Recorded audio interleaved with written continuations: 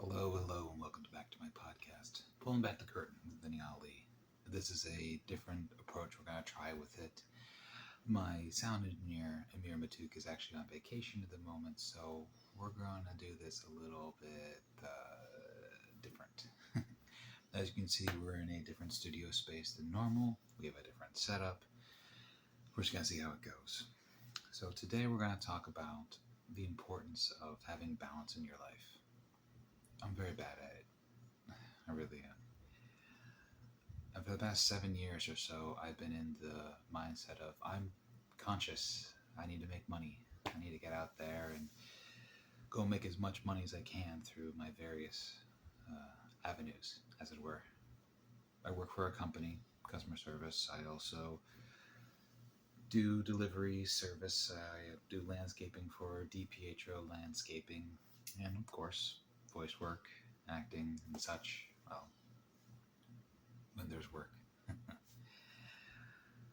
I've been reading this book called The 7 Habits of Highly Effective People by Steven Covey, and it's about doing things like being proactive, putting the end in mind, but my favorite one is called Sharpening the Saw. So your neighbor's out back, and he is trying to saw down this old tree, and he's just at it just for hours, like saw. And you get so frustrated, you say to him, hey man, if you take, 10 minutes to sharpen the saw, it'll get done a lot faster. Your neighbor says, what the hell are you talking about? If I do that, it's never going to get done, dummy. So the point is, if you don't take time to recharge, to take some self-care time for yourself, add some balance to your life, you're going to burn out. And that's not okay. In this day and age, we're told that being busy means we're being productive. But are we? That question was posed to me when I was on my doom scrolling moments, like most of you are. Just because you're busy doesn't mean you're being productive. And just because you are out there making money all the time means that you are wealthy or fulfilled as a person. That's one thing that we all struggle with defining and figuring out. What it means to be successful, what it means to be fulfilled as a person. And I think that we all stand to take a moment to sharpen our saw. For me, sharpening my saw includes spending time with my family, going for walks, reading, journaling. I do a lot of journaling. And lately, I've been really learning how important it is to get your thoughts out on paper, because when you do, it makes them less scary and more manageable.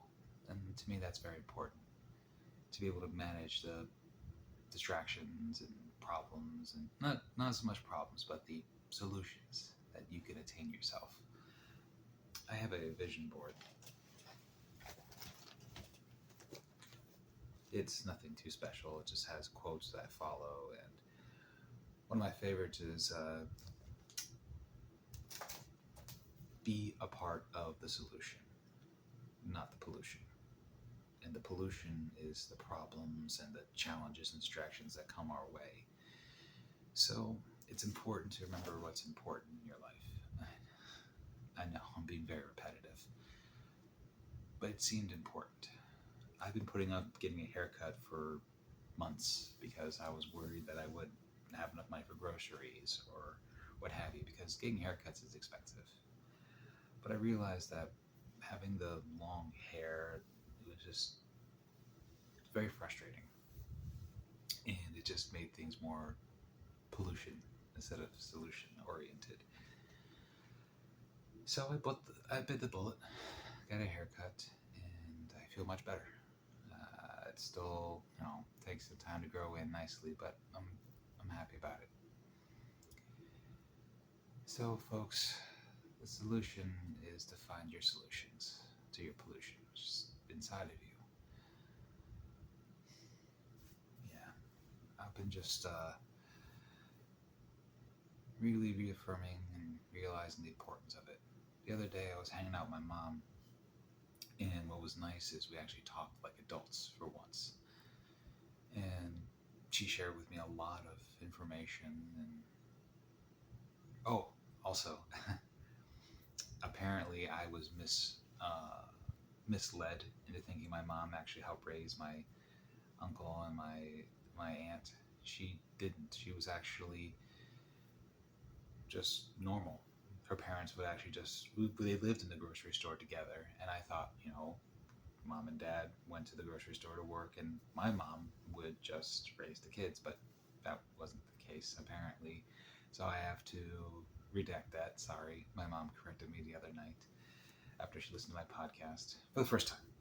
She listened to the origin story, and she thought it's very cathartic, and she was glad I shared it. So, sorry, Mom. Apparently, it was 13 months. So my mom and her brother are Irish twins. That's just kind of neat. And then 4 years later, my aunt came along. So there's that. We were talking, me and Mom, and she told me about this concept. Now, she did this with her hands, formed a diamond, formed a pyramid. And she said to me, son, the greatest shape in the world is the triangle, the pyramid. It's 3 quadrants. It's one of the most equally balanced shape in the world. And that's why it's used so often in construction and life in general. And the power of 3s, as they say, is very important. So she says to me, when you are unsure, form a diamond with your hands and see what you can see and focus on that. It's sound advice to live by. It's not anything too terribly new. I mean, Marcus Aurelius used to say to us, there is what is up to us and not up to us. The rest is in God's hands. Paraphrasing, of course. Mom has always been a fan of looking at the big picture. And a lot of times I get distracted by everything else that needs to get done or I think needs to get done. Like, I need to be on my phone. I need to be educated on the news and the world around us, the latest this, that, and the other. Why, I don't know. And it's come to my attention that I would do well to sharpen my saw with more calm, thoughtful things like stretching, meditating, and reading, and journaling. I have a whole pile of books that are dying for me to explore and to delve into. Marcus Aurelius also used to say that we need to wear the clothes of dead men and to live through them. Something like that. The point he's trying to make is we would do well to learn from all sources of life. And if you can't meet, Marcus Aurelius or Sun Tzu or even Miyamoto Musashi, you can live through them, through their writing, and learn from them. So that's my suggestion to you guys. Put down your phone, put down the donut you're eating, and pick up a book. They're free. They're everywhere. At the library, they're on your bookshelf, they're underneath your table that you're using to prop it up. And just allow yourself to learn and grow and sharpen that saw so that you can help more people with your life. You can't help others unless you're willing to help yourself and see the value in yourself, as they say. So the message of this week is sharpen the saw.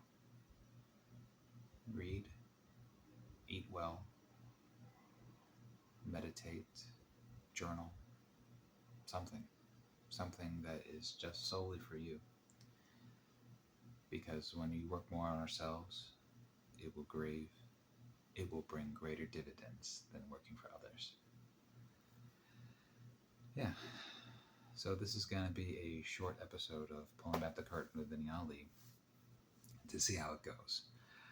I will try my best to do more varying story types, and we've definitely got some great interviews coming up, which we will work with Emir about. But this week, since Emir's out, we're going to try this new setup. I hope you guys like it, and thank you for your time.